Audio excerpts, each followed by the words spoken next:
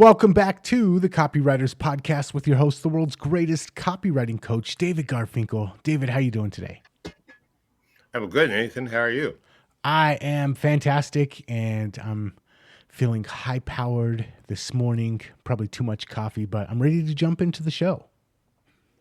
High-powered indeed. So, listen, we know job one for a copywriter is getting and keeping attention, right?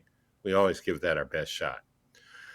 But there are some situations where you need to do this more intensely, and you don't want to come across like a screaming, insane person yelling loudly just to get attention. So, we need to come up with some unusual techniques to increase the intensity without pushing our prospects away. And that's what today's show is about.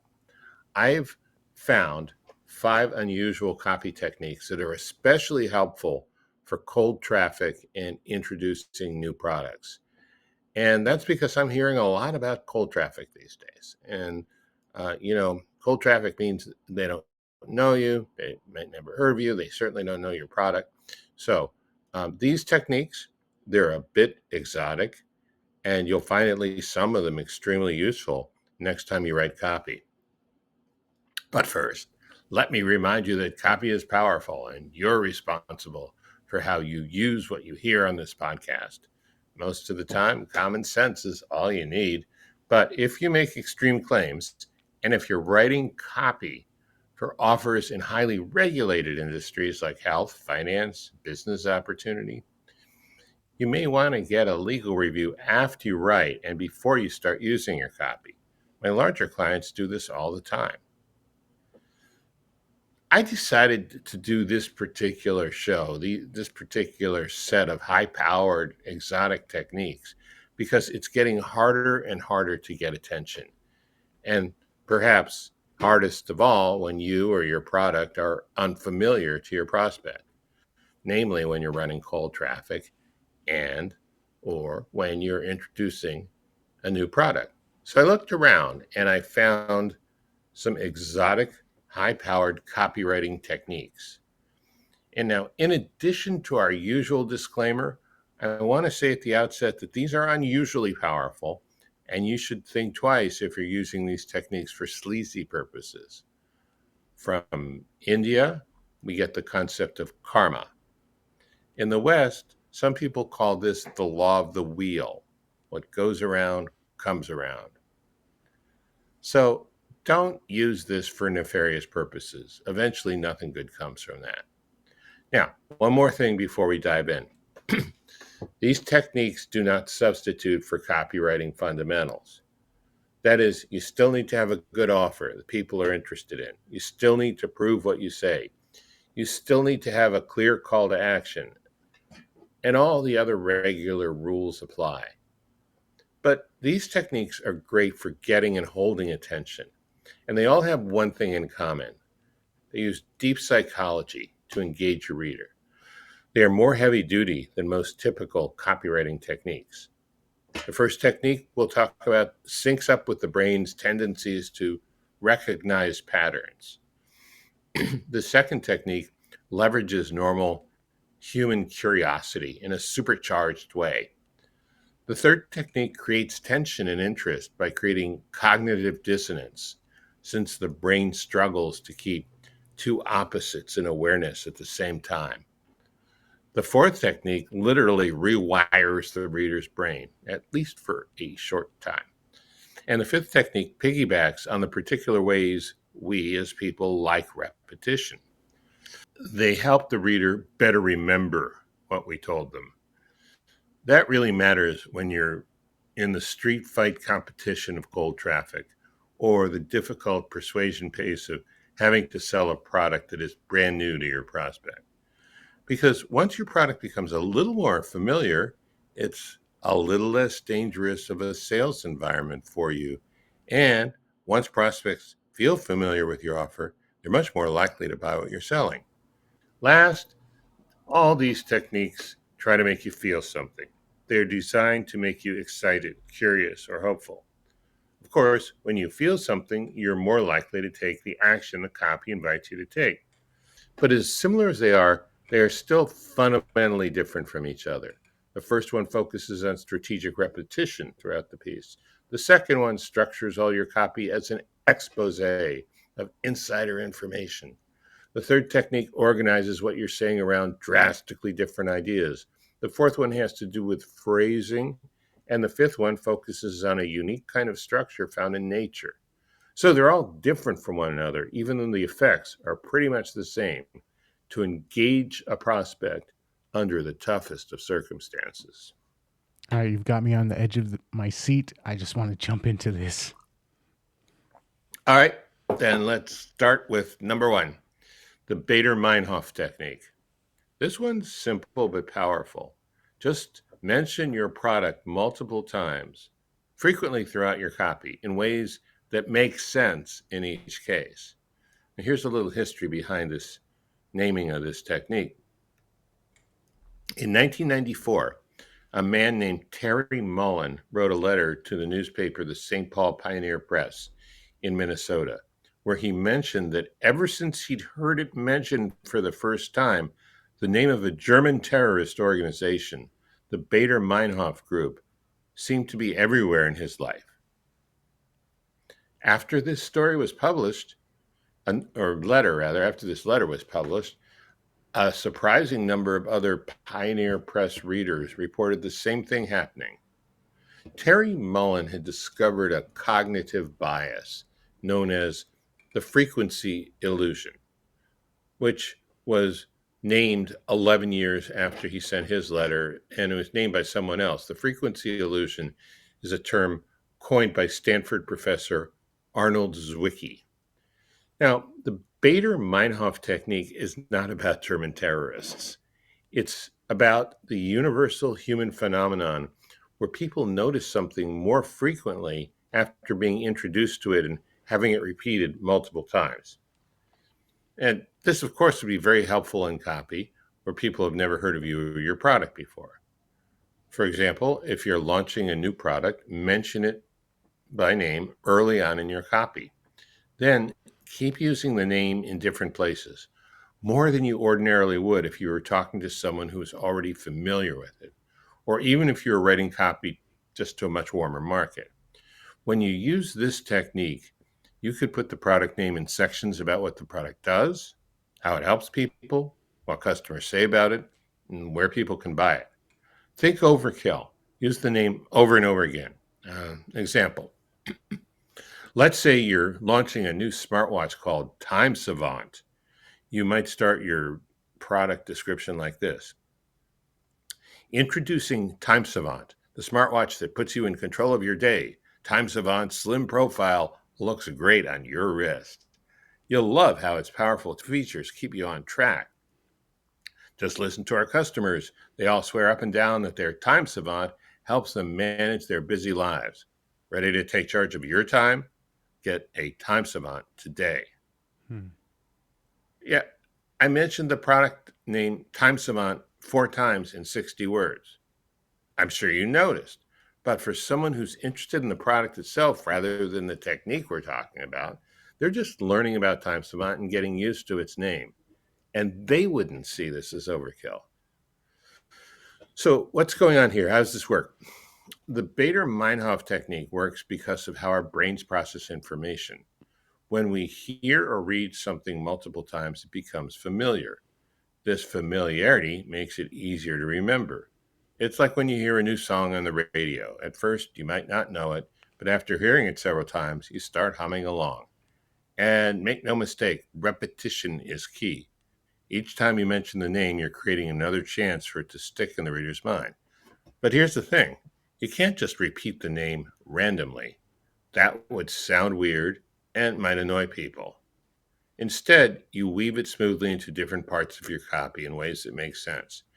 This way, people hear the name in various contexts, which helps them connect it to different features and benefits. And a couple tips. When you're doing this, keep these things in mind. First, don't overdo it. Use the name enough times to be memorable, but not so much that it feels forced. Second, make sure each time you mention the name, there's some benefit to the reader. Don't just throw it in there for the sake of repetition. This is a really, yeah, yeah. This is a really powerful technique that has been around for centuries, though maybe not in as concentrated a form as we're talking about here. I like that second point that you made. That's so powerful. And not to get political, but I remember George W. Bush saying one time, see, in my line of work, you've got to keep repeating things over and over and over again for the truth to set in, to kind of catapult the propaganda. And that reminded me of that when you said that. Wow, that's interesting. Yeah, it's true. I mean, whether you're trying to spew a lie or whether you're trying to get the truth to break through, repetition is key either way. Mm-hmm. Okay. Okay. So let's go to technique number two, the gossip formula. You structure your copy like you were whispering gossip to a friend. People are naturally curious when you write copy this way. You can start with phrases like, I shouldn't be telling you this, but, or here's what they don't want you to know. Mm. You make it sound like you're revealing a juicy secret. And here's an example of how to do this. Imagine you're writing a newsletter about healthy eating. You might start like this. I shouldn't tell you this, but my friend, who's a top chef, just shared a secret trick for making veggies taste amazing. Mm. It's so simple, but most cooking shows never mention it. Here's the deal. It's about how you cut the vegetables. Of course, the grocery stores and big food companies don't want you to know this because might make you buy fewer of their pre-cut veggies. But trust me, once you try this method, you'll never go back to boring salads again. Boring salads? I mean, who wants boring salads, right? Now, the gossip technique works because it taps into our natural curiosity and our love for exclusive information. When we hear something that is a secret or insider knowledge, it makes us feel special. I think we're getting access to information, or we think we're getting access to information that others don't have. And truth be told, this feeling can be pretty exciting. The phrase, I shouldn't tell you this, is almost like a magic spell for grabbing attention. People lean in closer, eager to hear what comes next. It's the same feeling you get when a friend whispers, want to know a secret? Your brain automatically perks up. Mm. Now, as long as you don't overuse this, and as long as you really do provide some information they don't already know, and this is important, as long as you can make a plausible case that someone else would not want you to share this information, then this technique really works. But once again, you should use this trick wisely.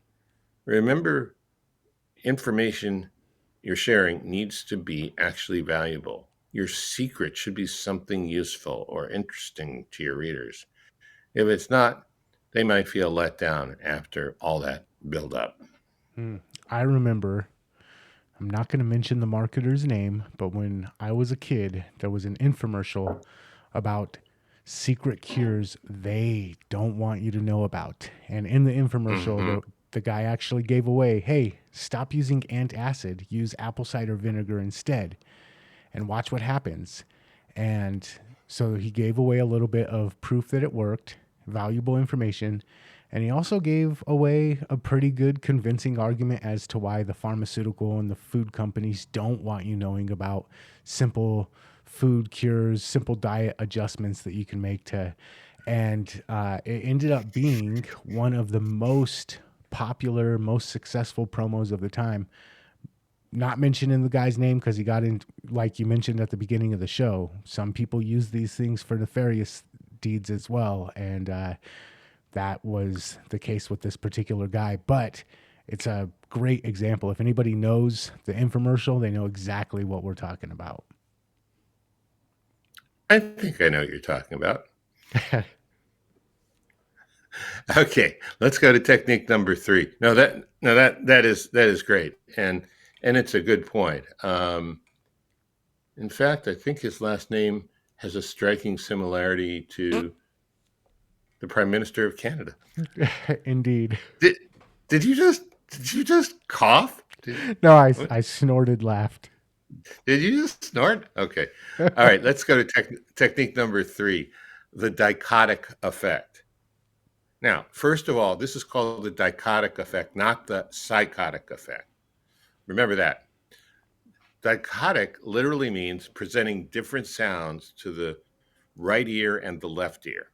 Mhm. And in copy, this powerful technique means presenting contrasting ideas side by side to create cognitive dissonance, a sense of conflict and tension in the mind. Mm. Actually, this tension can make your solution more appealing. For example, struggling with weight loss?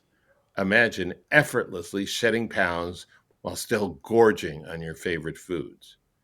Now, I wouldn't use this unless you literally had a way to make it work, but it's a good example of the dichotic effect in action.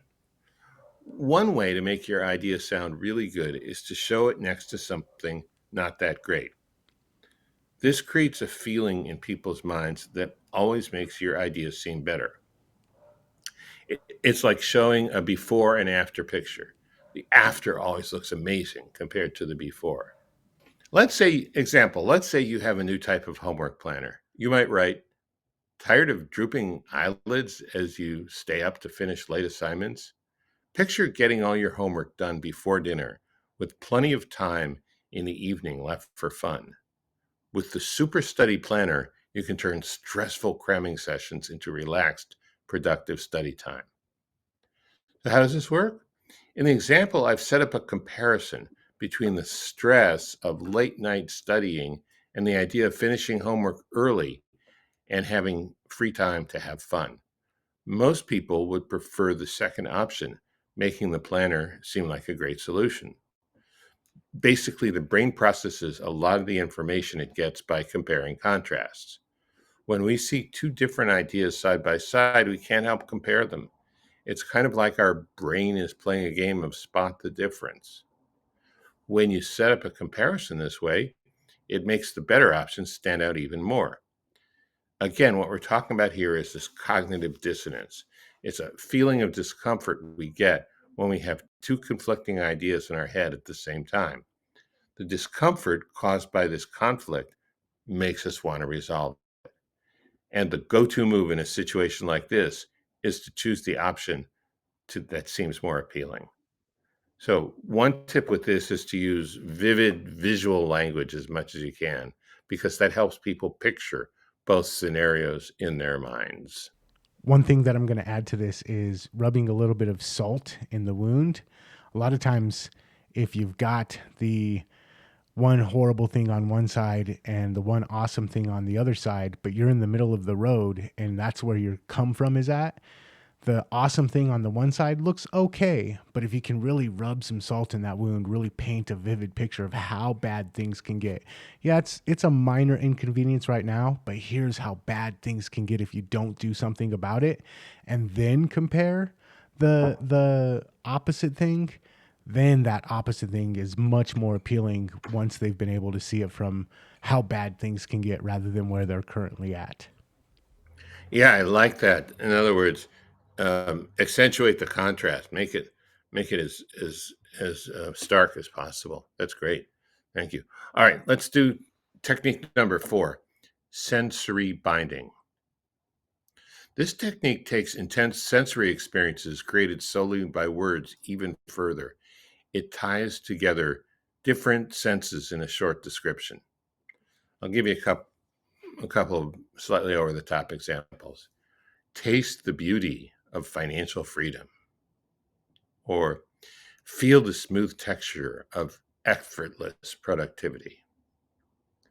You can see how the senses are a little mixed up there on purpose. So, when you really want to grab attention and stop a scrolling prospect in their tracks, this is the way to do it.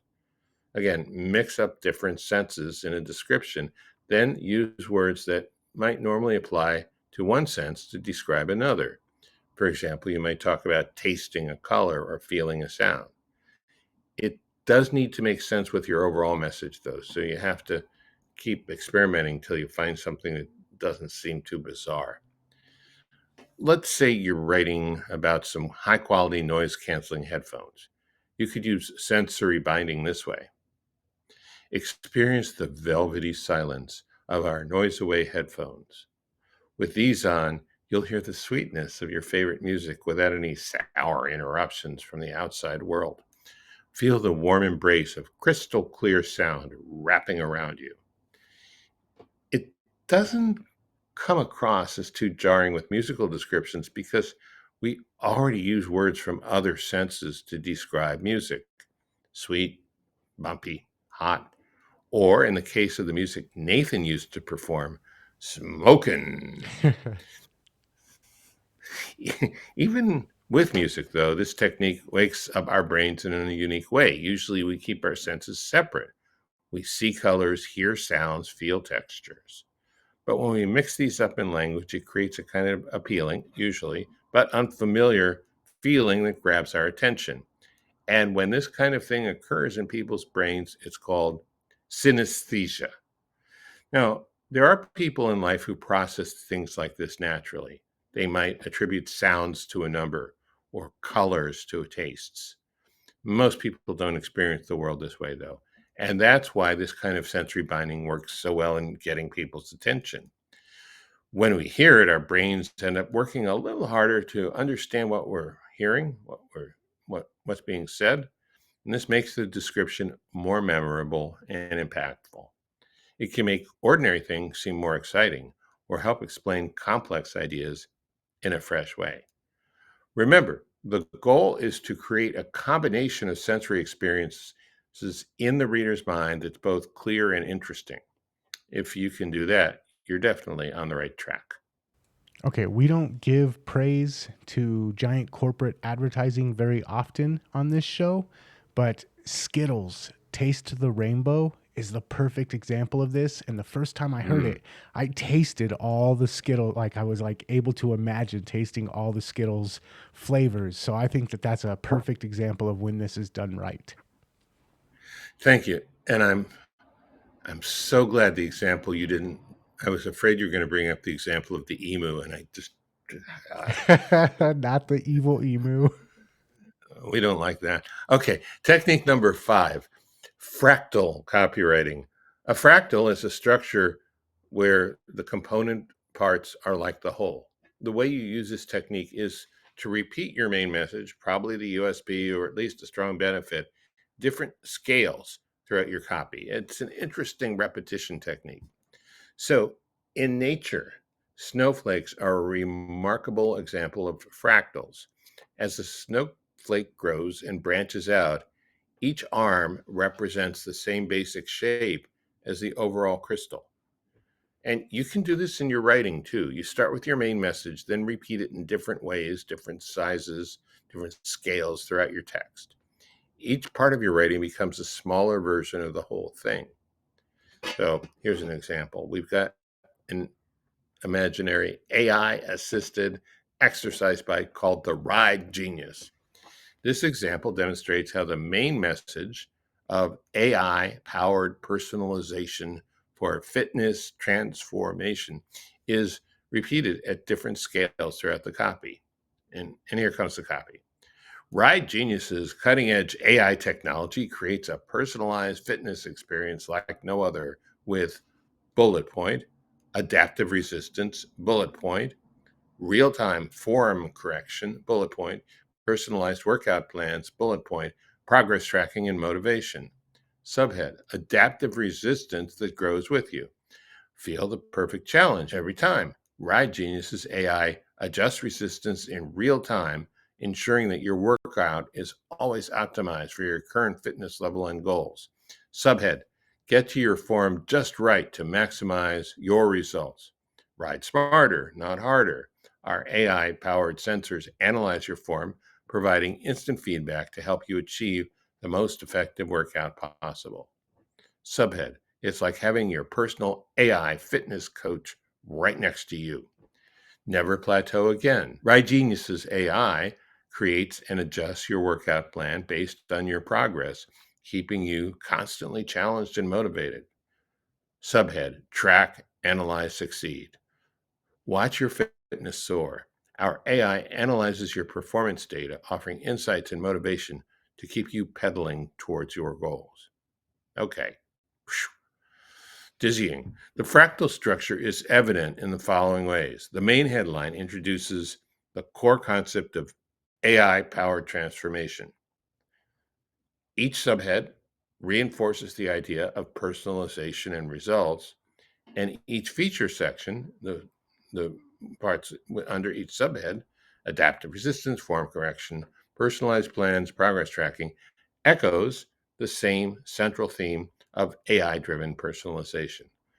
So, structuring it this way lets you reinforce the main message throughout the copy. And this technique works because it taps into how our brains naturally process and remember information. When we see a pattern repeated, it becomes more familiar and easier to understand. This unique kind of upscaling and downscaling repetition reinforces your main message without being boring, because each time you repeat the idea, you're looking at it from a slightly different angle or at a slightly different scale. The fractal technique can be really effective for explaining complex ideas or for copy.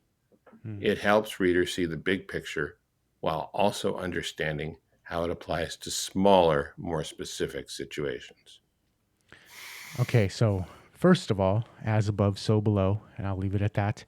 Second of all, I like this because this is a twist on the idea of a golden thread or like a big idea where you find a core benefit, which would be the AI being able to deliver like maximized results from your workout. You find that core benefit and then you weave it throughout the whole piece. And the good thing about that is it pulls everything together and really sells that main idea, that core benefit. And it's a little bit more of an advanced technique, and the way that you did it here even adds a little bit more complexity to the typical approach to a golden thread or a big idea. But man, that is amazing. Your brain absorbs it in a profound way. I'll just put it that way. And just a side note, if anybody's listening, since we're at the end of the show, I would look up fractals and you can see a visual representation of this, and it'll add an extra layer of understanding to what David just did there. All right, that's a great suggestion. So, 5 techniques for our recap. One, the Bader-Meinhof technique. 2, the gossip format. 3, the dichotic effect. 4, sensory binding. And 5, fractal copywriting. Nice. Okay, you know what? I'm going to just add at the very end of this, we talked about sometimes the effectiveness of saying, hey, this is secret information. Don't let this get out. And we also did that at the beginning of the show. So we practice what we preach here at the Copywriters Podcast. And if you enjoyed this episode, I would highly recommend going over to copywriterspodcast.com, checking out more episodes over there. And while you're there and you're listening on your favorite podcast app, give us a like, give us a review. We'd really appreciate it. And until next time, we will catch you later. Catch you later.